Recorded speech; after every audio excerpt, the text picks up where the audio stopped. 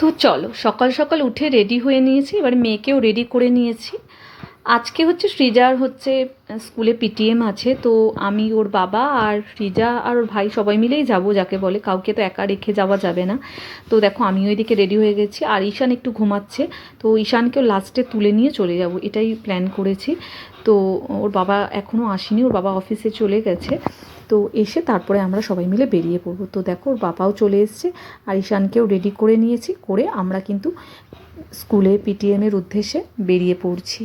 আর সৃজা তো জানোই সব সময় চুপচাপ, স্কুলে গেলেই শুধু একটা কথা বলে, সৃজা কি বাড়িতে কথা বলে? আমি বলি হ্যাঁ বলে, কিন্তু বলে যে স্কুলে নাকি ও একটাও কথা বলে না, জাস্ট যেটুখানি জিজ্ঞাসা করবে সেটুখানি আনসার ও দেয়, আর যে পড়াশোনার বিষয়ে যা যা জিজ্ঞাসা করে সেটাই কথা বলে, নইলে কিন্তু ও নাকি খুবই চুপচাপ, খুবই শান্ত।